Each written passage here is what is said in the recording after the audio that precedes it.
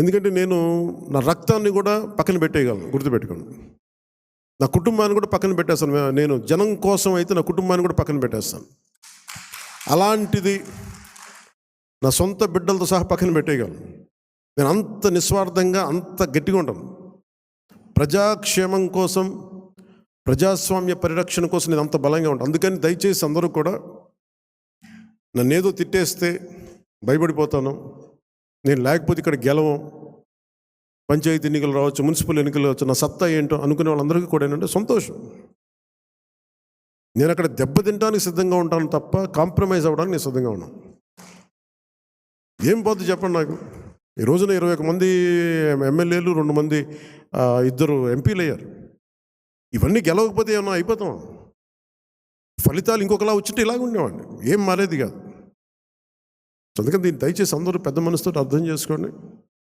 నాయకులందరికీ కూడా దయచేసి పదే పదే మీ కుటుంబంలో ఉండే మీ సహాయానికి, మీకు సహాయకారిగా ఉండటానికి నాకు అభ్యంతరం లేదు, కానీ వాళ్ళని భవిష్యత్తులో వాళ్ళే మా తరం వారసులను చెప్పడం కొంచెం ఇబ్బందిగా ఉంది బయట.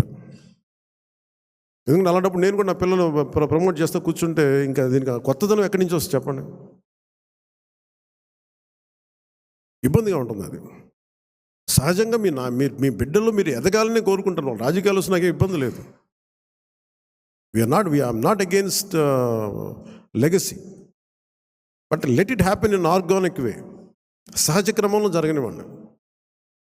అందుకని ఇలాంటి ప్రతి చోట ఇవి కొన్ని వినిపిస్తూ ఉన్నాయి. ఇది అందరి ముందు చెప్తే ఇది అందరూ మనం ఒకసారి ఒక లోపలికి ఆత్మపరిశీలన చేసుకోండి అందరూ.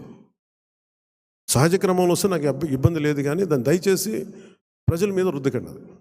అదొకటి నా విన్నపం అందరికీ. అలాగే మనం మనం ఏం మాట్లాడుతున్నా it is not Janasena victory.